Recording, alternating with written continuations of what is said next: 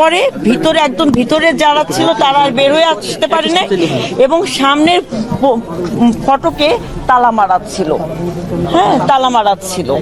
তালাটা নাকি পরে খুলে দিয়েছে, পরে খুলে দিয়েছে, যখন জি। আগুন বেড়ে গিয়েছে হ্যাঁ, তখন তালাটা খুলে তখন তালা খুলে দিয়েছে। আপনারা যারা স্থানীয় আছেন, যদি কোনোভাবে আপনারা খবর পান ভাইজান, যদি কোনোভাবে খবর পান যে অগ্নিদগ্ধ লোকজন কোথায় গেছে, আমরা ট্রিটমেন্ট দেওয়ার জন্য আসছি, নেওয়ার জন্য।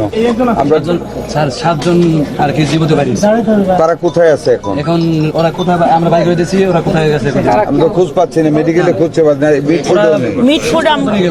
মিটফোর্ডে কয়েকজন গিয়েছিল, কিন্তু ওইখান থেকে তারা আবার চলে গেছে। মিটফোর্ড রিসিভ করে নাই, মানে প্রাথমিক চিকিৎসা দিয়ে অনেকে নিয়ে গেছে। 60 জনের উপরে কাজ করে, টোটাল 20 জনের মতো। মিটফোর্ডের ডিরেক্টর জানিয়েছেন 3 জন গিয়েছিল স্যার, তাদেরকে তারা বার্নে রেফার করছে, কিন্তু এখনো বার্ন ইউনিট তাদেরকে পায়নি স্যার।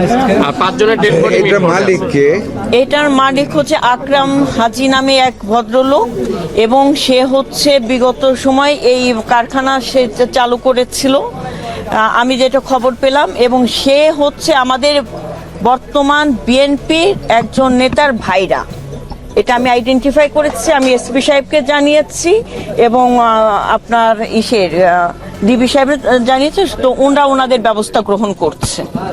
আপনি তো অনেক তথ্য দিলেন, আমরা এখানে আসার পরে অনেকের কাছে অনেক তথ্য পাচ্ছি। ফায়ার সার্ভিস একটা তথ্য আমাদের দিয়েছেন, যারা উদ্ধার করছেন তারাও বলছেন, মানে একটা ভরসা তৈরি হয়েছে যে ভিতরে আরো অনেক আটকা পড়েছে কিনা, অনেক মুখোশ, অনেক আত্মীয় স্বজন এসছে, আমরাও কথা বলেছি।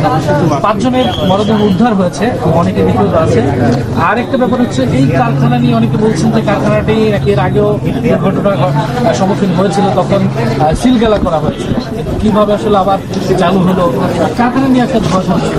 সব মিলিয়ে আপনি কিছু বলবেন যে আপনি কি তথ্য নিলেন, আর এই কারখানার বিরুদ্ধে যদি কোনো অভিযোগ থাকে সেক্ষেত্রে আপনি কি পদক্ষেপ নেবেন যারা নিহত হলে এবং আহত হয়েছে? দেখুন, আমি তো আপনাদের উপরে এখানে এসেছি, এখানে স্থানীয় লোকজন যারা আছে সবাই, পুলিশ আছেন, হ্যাঁ, পুলিশরাও বলতেছেন এখান থেকে 5টা ডেড বডি পাওয়া গেছে।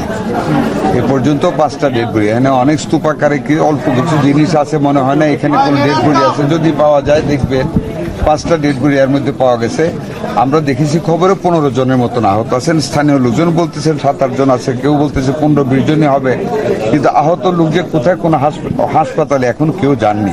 মিটফোর্ডে 3 জন গিয়েছিলেন, ওই 3 জন ওইখান থেকে প্রাথমিক চিকিৎসা নিয়ে ওনারা চলে গিয়েছেন। আমরা খোঁজ করতেছি, আপনি শুনছেন, আর এখানে স্থানীয় লোকদের আমি বলেছি যদি কোনো খোঁজ পান কারা আহত লোক, আমরা তার চিকিৎসার দায়ভার গ্রহণ করব এবং আমরা রিপোর্ট। আপনি এটাও শুনেছেন আমাদের নেত্রী নিপুণ বলেছে এর আগেও এটাতে নাকি আগুন লেগেছিল, আমি জানি না, আমি মাত্র শুনলাম। আগেও 2 জন মারা গিয়েছিল এবং এটা বন্ধ হয়েছিল। এটা আবার কিভাবে খুলেছে এখানে কেউ বলতে পারতেছে না, বাট শুনলাম যে আবার এটা খুলেছে এবং একটা গ্যাস ম্যাচের কারখানা। আমি স্ক্র্যাপ দেখে বুঝতে পারতেছি যে এখানে গ্যাস ম্যাচের কারখানা।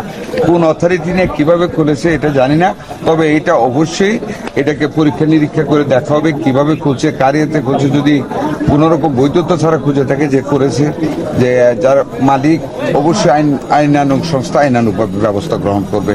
আমি এক্স্যাক্টলি যা বলেছি, I must inform it to my honourable prime minister. আমি জানাবো ওনাকে আজকে রাত্রেই ফিরে। আমি আসছি, যারা মারা গেছে বলে আমার মানে সুখ জানানো ছাড়া। ওইটা বলেছে, ওইটা আপনার শ্রম মন্ত্রণালয় থেকে প্রতিমন্ত্রী সাহেব আরিফুর সাহেব ফোন দিয়েছিলেন এবং তিনি আগামীকাল 12টার সময় আসবেন। যারা নিহত হয়েছেন তাদের জন্য 2 লাখ টাকা, এবং যারা আপনার এক একজনকে, এবং যারা আহত হয়েছে তাদের জন্য। আমাদের সমাজ কল্যাণ মন্ত্রী সাহেব বলেছেন আগামীকাল উনি আসবেন, যারা নিহত হয়েছেন প্রত্যেকের জন্য 2 লাখ টাকা করে দিবেন। শ্রমমন্ত্রী 2 লাখ টাকা করে দিবেন, যারা আহত হয়েছেন তাদের চিকিৎসার ব্যবস্থা করবেন। আমিও বললাম স্বাস্থ্যমন্ত্রী হিসেবে যারা আহত আছে প্রত্যেকের চিকিৎসার ব্যবস্থা করাবে এবং এটা আইনানুগ ব্যবস্থা গ্রহণ করাবে। কিভাবে সে এটা খুলেছিল অবৈধভাবে আগে একটা আগুন লাগার পরেও। এখন আমাদের প্রশাসন গাড়ি নিয়ে আসতেছেন, এখানে যেগুলি স্তূপাকার আছে এগুলিকে আরো ডিসমেন্টেল করা হবে, সরিয়ে দেওয়া হবে, কারণ আশেপাশে বস্তি আছে, বাইরে মানুষ আছে, ম্যাচ আছে, যাতে করে আগুন আবার না ছড়াতে পারে। আমি নিজে থেকে এটার ব্যবস্থা করে যাবো, দেখভাল করে যাবো ইনশাআল্লাহ। সহযোগিতা আগুন লাগে আর মানুষের এখানে অনেক ধরনের কেমিক্যাল বা এই আবাসিক এরিয়া, যেমন ফ্যাক্টরি, এরকম অনেক আপনার ছাতার মতো ফ্যাক্টরি আছে। এই ক্ষেত্রে আপনারা কি এই ধরনের আবাসিক এলাকাগুলোতে, যেমন আজকে যে আপনার যে দেখেন, ফায়ার আগেও- সার্ভিসের গাড়ি আজকে ঢুকতে পারে না, তাদের অনেক হিমশিম খেতে হয়েছে আগুন নিভাতে। ঠিক আছে, যে এত বড় একটা হ্যাঁ, গেঞ্জি এই রাস্তা এশিয়া থেকে ফায়ার এরিয়াতে যেমন সার্ভিস ঢুকতে আজকে পারে, কষ্টকর। এখানে আগেও শুনেছি অনেকবার আগুন লেগেছে আলু বাজার এই গ্যাস কারখানা থেকে, স্পিরিটের কারখানা থেকে। অনেক সরকারের মুখে শুনেছি এগুলি বন্ধ করবে, কিন্তু আজকে দেখলাম বন্ধ হয়নি। আমি অনেক বড় কিছু বলে যেতে পারবো না, তবে আমি অবশ্যই আমার সম্মানিত প্রধানমন্ত্রীর সাথে এই বিষয়টি আবার নতুন করে তুলে ধরবো, তিনি ফোন দিয়ে- যাতে করে এইরকম গিঞ্জি এরিয়াতে যাতে করে গ্যাস বা স্পিরিটের কোনো কারখানা খুলতে না দেওয়া হয়। বরঞ্চ আমি অনুরোধ করব যাতে করে যতগুলি গ্যাসের মানে মেজবাতির কারখানা বা স্পিরিটের কারখানা বা গ্যাসজনিত যে কোনো ইন্ডাস্ট্রি যেগুলি এখানে আছে কেমিক্যাল নিয়ে, এগুলি সব এখান থেকে সরিয়ে ফেলার জন্য আমি আজকে রাত্রি মাননীয় প্রধানমন্ত্রীকে বলবো।